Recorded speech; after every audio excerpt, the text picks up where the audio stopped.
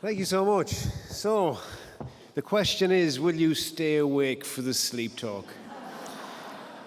It's a win-win for me anyway, so it's fine if you do fall asleep. I won't wake you up unless you snore. Here's the thing. Every decision counts when it comes to your health and your sleep. And we kind of forget that. Now, that's not designed to put pressure on you, because nobody gets it all right. But do not undervalue small little decisions, okay? A glass of water, a handful of berries, or whatever it may be, it will really benefit. Anybody here married? Hands up if you're married. Geez, it took a few of you a while to remember you're married. Does being married impact your health and your sleep? Stop laughing and answer the question. Yeah, it does. Of course it does. Every decision, your partner, and I will deal with questions around snoring after maybe.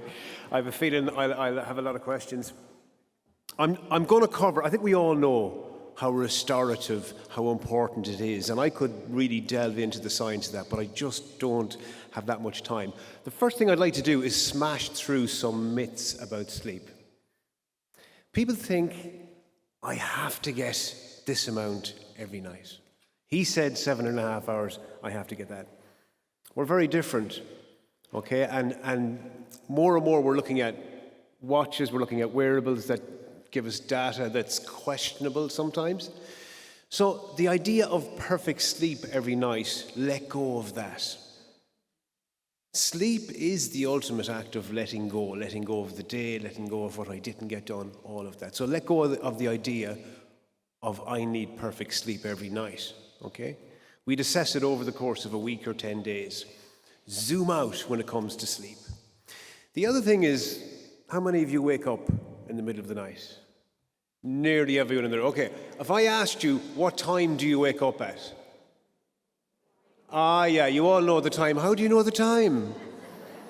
The hand goes out, you press the button on the phone, you get blinded by the light. And I asked that question to a group one time. I said, how do you know the time? And this lady said, I elbow the husband and say, what time is it? So don't do that. Don't check the time. Right.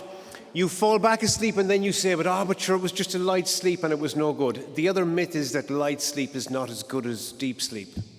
Okay? It is. It's just as restorative. And there was a question about cognition and memory. And all of that restoration in the brain, the cleaning of the brain, all that's happening in light sleep. So do not underestimate light sleep. I'm going to cover, I suppose, the key things. There's many reasons why people can't sleep. And there's one kind of bucket of physical components. And those are all of the controllables. So let's talk about those. Light is the first one. Let there be light.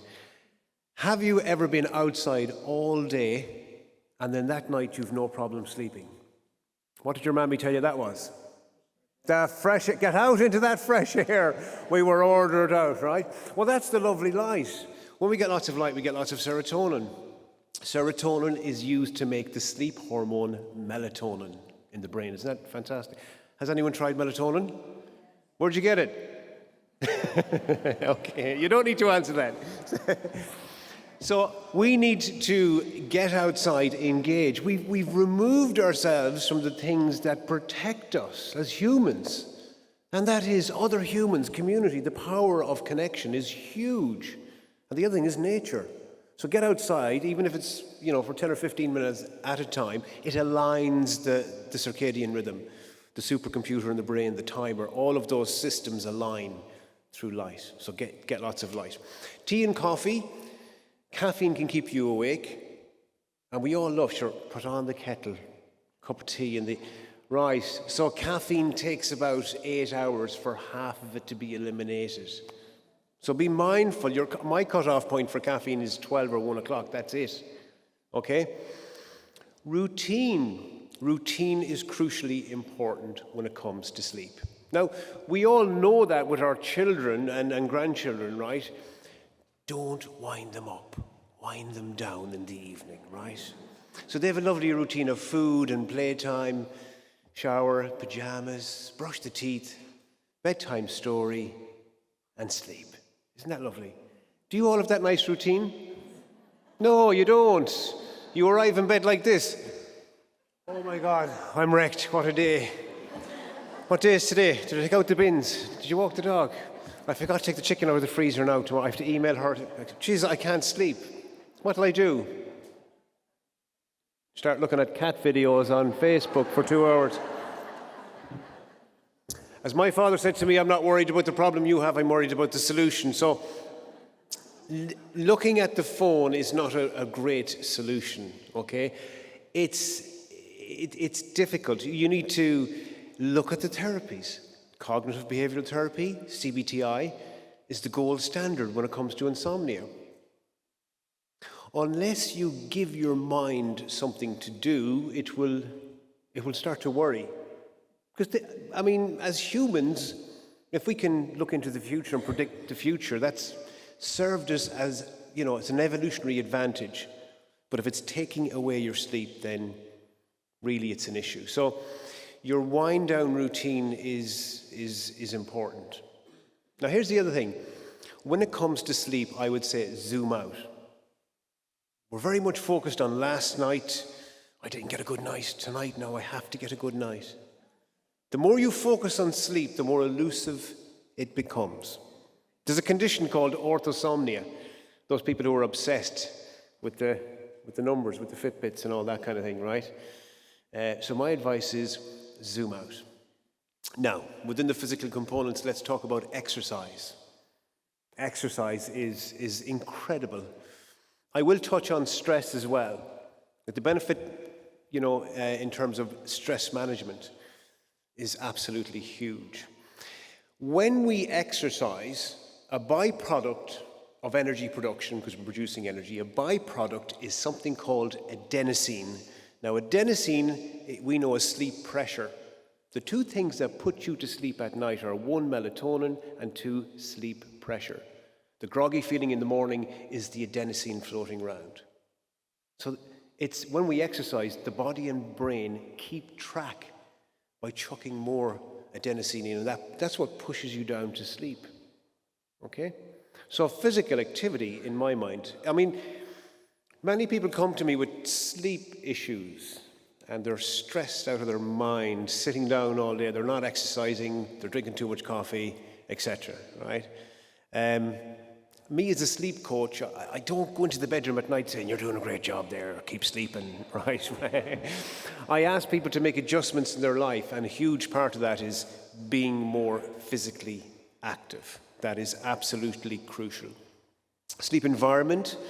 I'm sure you have, do you all have eye masks? Get an eye mask, right? It's incredible. The first night you wear it, your sleep will improve. Control the light inputs, get off the screens. But your bedroom should be cool, dark. Get all that easy stuff right, okay? Sleep is a game of percentages. I work with the hardest cases first come to me looking for help. I can assure you all that most certainly, wherever you are with sleep, you can improve it. Okay? The other elephant in the room here when it comes to sleep is this. Now, that's a little bit beyond my expertise, but I will say this. The same systems that control stress control sleep. So if I've got a lot of stress in my life and I'm go, it's nearly impossible for me to be getting a fantastic night's sleep. So we need to regulate the systems. Okay? Now, I think Professor O'Shea said that he takes half an hour every day for quiet time. Do you nap? Anyone nap? Hands up who you nap. I like to see the more hands, the better. I'm from the west of Ireland here, and the first two things that were said about anybody when I was growing up was how hard they worked and what time they got up in the morning. That fella's up at 5 o'clock. So we need to take a step back from that. So even doing a little bit of breath work, your respiratory system will help. That will help regulate the nervous system. And the fastest way to reduce stress is do that double inhale and the long, slow exhale. Right? And do a few cycles of that. Fastest scientific way to reduce stress. Because calm down doesn't work. Has anyone told you to calm down recently? Yeah? So there's mechanics here that you can do. So all of these little tools will help you. Don't look at your phones, listen. Listening to the brain is very different than scrolling. Okay, so you can listen to my podcast or the ExWell podcast. Reading is fantastic. But really, everything you do throughout the day will inform your sleep. Okay? You cannot think your way out of it at 2 o'clock in the morning when you're lying there. Okay?